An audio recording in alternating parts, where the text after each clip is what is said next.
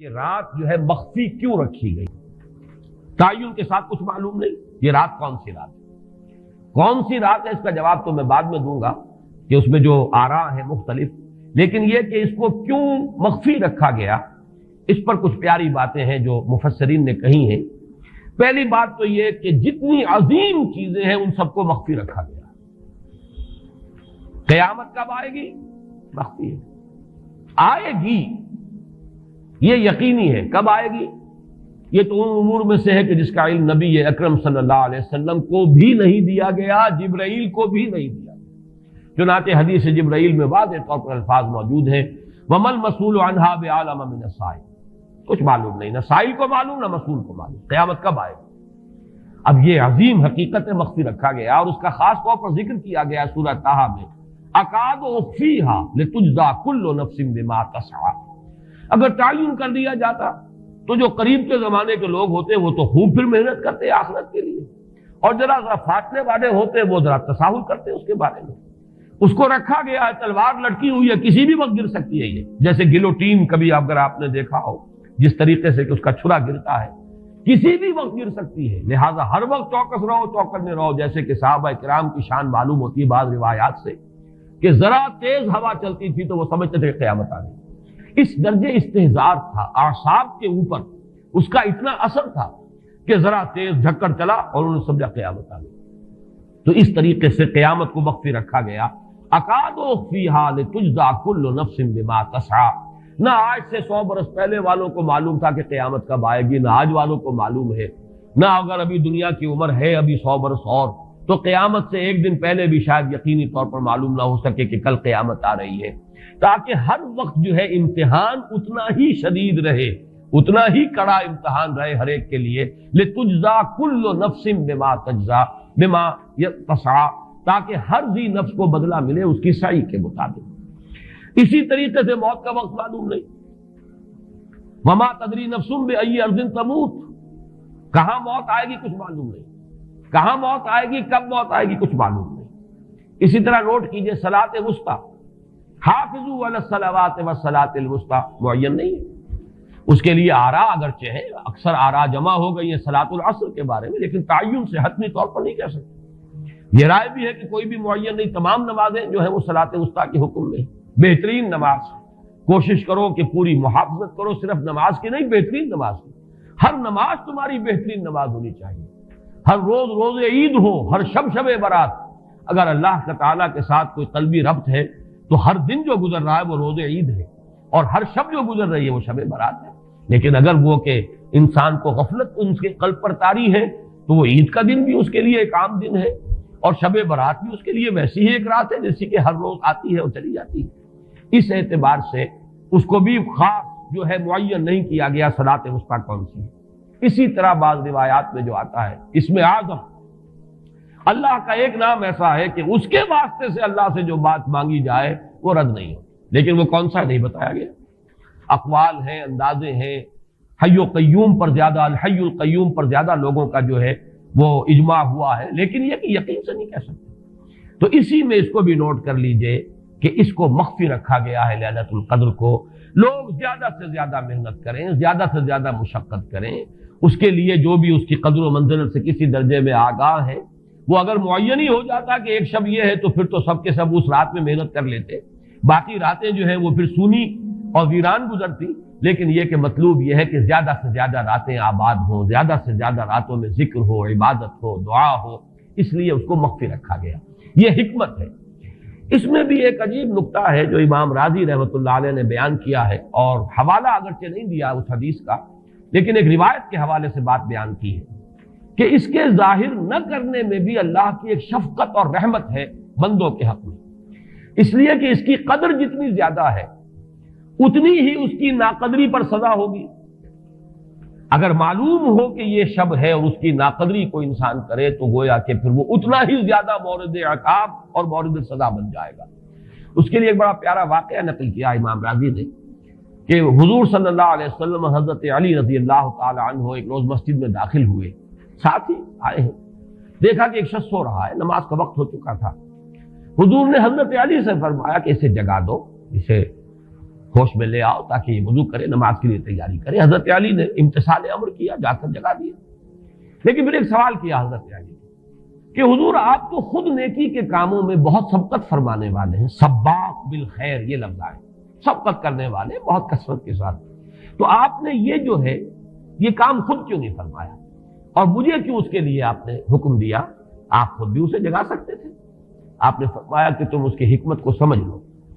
میرے جگانے پر اگر وہ نہ جاگتا اور انکار کر دیتا تو کفر ہو جاتا اس کے حق میں، اور تمہارے جگانے پر اگر کوئی تساہل سے بھی وہ کام لیتا تو وہ کفر نہ ہوتا۔ تو یہ ایک فرق ہے کہ اللہ تعالیٰ کی طرف سے ایک شفقت ہے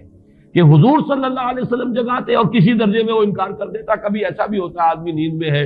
اور وہ کہتا جاؤ جاؤ مجھے آرام کرنے دو، تو اگر میرے ساتھ یہ معاملہ ہوتا تو وہ کفر کے درجے کو پہنچ جاتی بات، لیکن اگر تمہارے ساتھ یہ معاملہ ہو بھی جاتا تو اس درجے شدید نہ ہوتا۔ تو گویا کہ حضور نے اس شخص پر شفقت کے اعتبار سے یہ شکل اختیار کی کہ خود نہیں جگایا، بلکہ یہ کہ حضرت علی رضی اللہ تعالیٰ عنہ کو حکم دیا کہ اسے جگا دیں۔ تو یہ نقطہ کہ لیلۃ القدر کے اخفاء میں یہ بات بھی ہے کہ اگر اس کو عیاں کر دیا جاتا، معین کر دیا جاتا، تو پھر جو لوگ اس سے غافل رہتے پھر وہ بہت سخت ناقدری کا ارتکاب کرتے اور بڑی سزا کے مستوجب ہو جاتے۔ اب آپ چھٹی بحث ہے کہ وہ رات کون سی ہے۔ اگرچہ ایک رائے شاذ یہ بھی ہے کہ وہ رمضان سے باہر کی رات بھی ہو سکتی ہے، لازم نہیں ہے کہ رمضان ہی کی کوئی شب ہو۔ اس میں چونکہ بعض حضرات نے ایک روایت کی وجہ سے جسے ہم شب برات کہتے ہیں، لیلۃ البرات، یہ شعبان کی 15ویں شب، درمیانی شب، اور اس کے بارے میں ایک روایت موجود ہے حضرت عائشہ صدیقہ رضی اللہ تعالی عنہا کی کہ رات کے وقت ان کی آنکھ کھلی اور وہ باری آپ ہی کے پاس شب باسی کی تھی حضور کی، تو حضور موجود نہیں تھے، تو تشویش ہوئی کہاں گئے۔ تو جب تلاش کی گئی تو معلوم ہوا کہ حضور جنت البقیع قبرستان میں پہنچے ہوئے ہیں اور وہاں آپ ان کے لیے جو بھی وہاں دفن ہیں ان کے لیے استغفار فرما رہے ہیں۔ جب پوچھا گیا معاملہ کیا، تو آپ نے فرمایا یہ بڑی عظیم رات ہے اور اس رات میں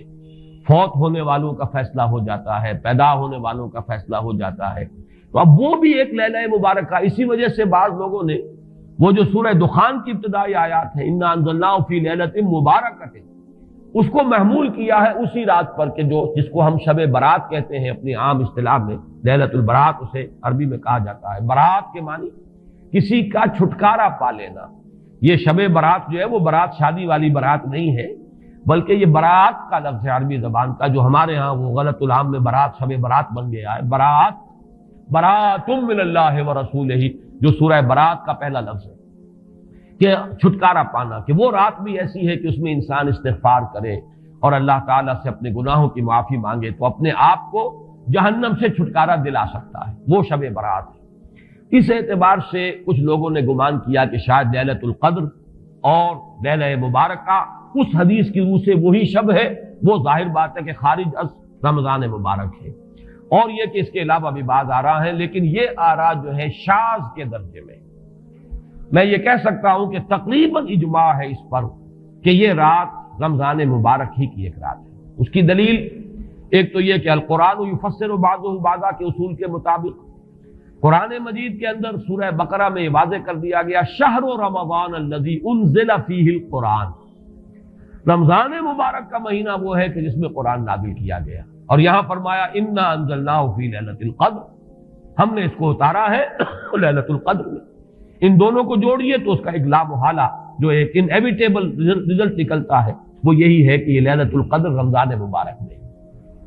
دوسری اس کی تائید ہوتی ہے وہ مشہور حدیث جس کو الحمدللہ کہ ہم نے بہت عام کیا ہے، رمضان مبارک کی آمد سے قبل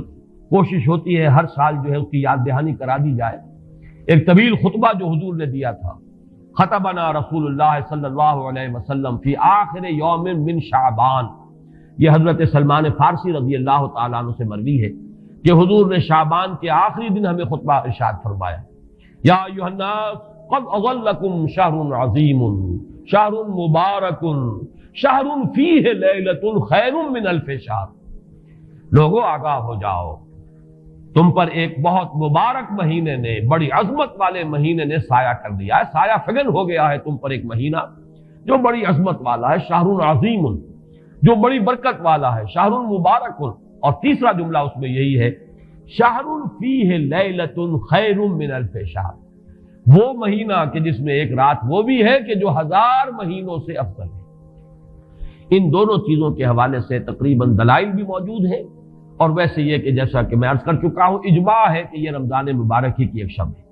لیکن رمضان مبارک کی کون سی شب ہے، اس پر بعض مفسرین نے تو لکھا ہے کہ 40 قول ہیں۔ چنانچہ صاحب تفسیر مظہری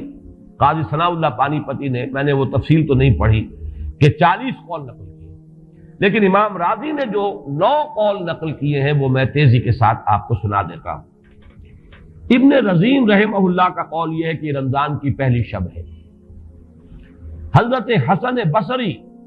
رحمت اللہ علیہ، یہ ہے تابعین میں سے، اس لیے میں رضی اللہ عنہ نہیں کہہ رہا، رحمت اللہ علیہ، حضرت حسن بصری رحمت اللہ علیہ کی رائے ہے کہ یہ 17ویں شب ہے، یعنی وہ شب کہ پھر جس کے اگلے دن جو ہے وہ غزوہ بدر ہوا ہے، یوم الفرقان۔ حضرت انس رضی اللہ تعالی عنہ مرفوعاً روایت کرتے ہیں کہ یہ 19ویں شب ہے۔ محمد بن اسحاق جو بہت بڑے سیرت نگار ہیں حضور کے، ان کا قول ہے کہ یہ 21ویں شب ہے۔ حضرت عبداللہ ابن عباس رضی اللہ تعالی عنہما سے قول جو ہے مروی ہے کہ یہ 23ویں شب ہے۔ حضرت عبداللہ ابن مسعود رضی اللہ تعالی عنہ سے مروی ہے کہ یہ 24ویں شب ہے، اور اس کو میں ذرا اہمیت دیتا ہوں اس لیے کہ 24ویں شب جو ہے سورہ علق کی ابتدائی آیات کے نزول کے ضمن میں کچھ حساب کتاب کے جوڑنے سے 24ویں اور 25ویں شب کا بھی معاملہ جڑتا ہے، جو کہ میں نے آپ کو سورہ علق کے درس کے دوران بتایا تھا۔ اس کے بعد حضرت ابو ذر غفاری رضی اللہ تعالیٰ عنہ کا قول ہے کہ یہ 25ویں شب ہے۔ اس کے بعد حضرت ابی ابن کعب رضی اللہ تعالیٰ عنہ کا قول ہے، یہ وہ ہے جن کو کہ حضور نے خود فرمایا کہ اقرأہم ابی ابن کعب، قرآن مجید کے سب سے بڑے قاری حضرت ابی ابن کعب ہیں رضی اللہ تعالیٰ عنہ، اور ان کے بھی سینے پر آپ نے تھپکی دی تھی کہ ایک سوال کیا آپ نے کہ سب سے عظیم سورت کون سی ہے، اور جب انہوں نے صحیح جواب دے دیا سورہ فاتحہ، تو پھر یہ کہ اس پر حضور نے تھپکی دی کہ تمہیں اللہ تعالیٰ نے بہت صحیح مناسبت عطا کی ہے علم کے ساتھ۔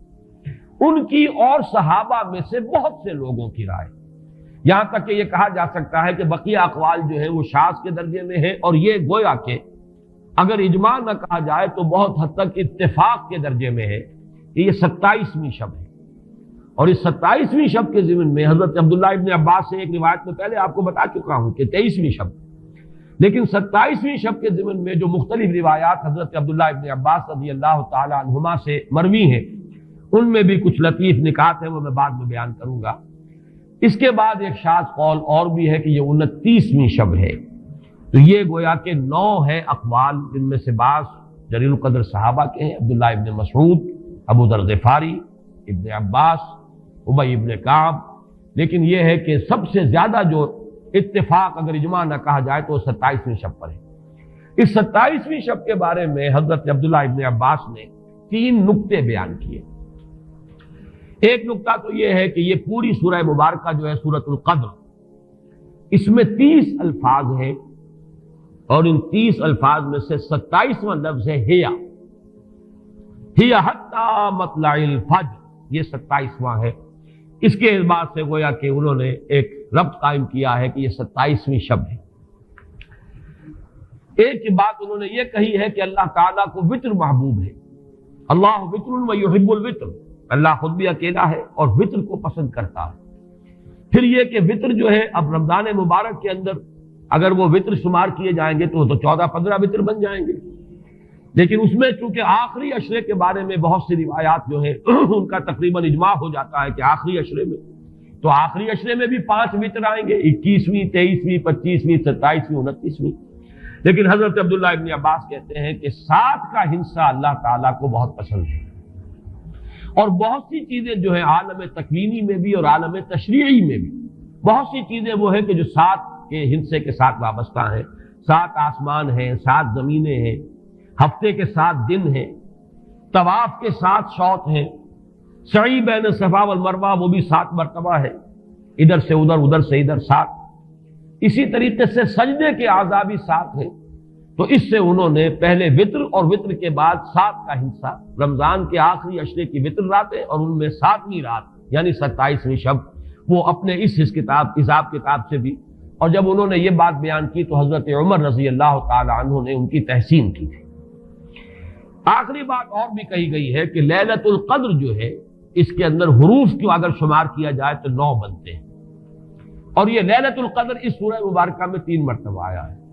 انا انزلناہ فی لیلۃ القدر وما ادراک ما لیلۃ القدر لیلۃ القدر خیر من الف شہر.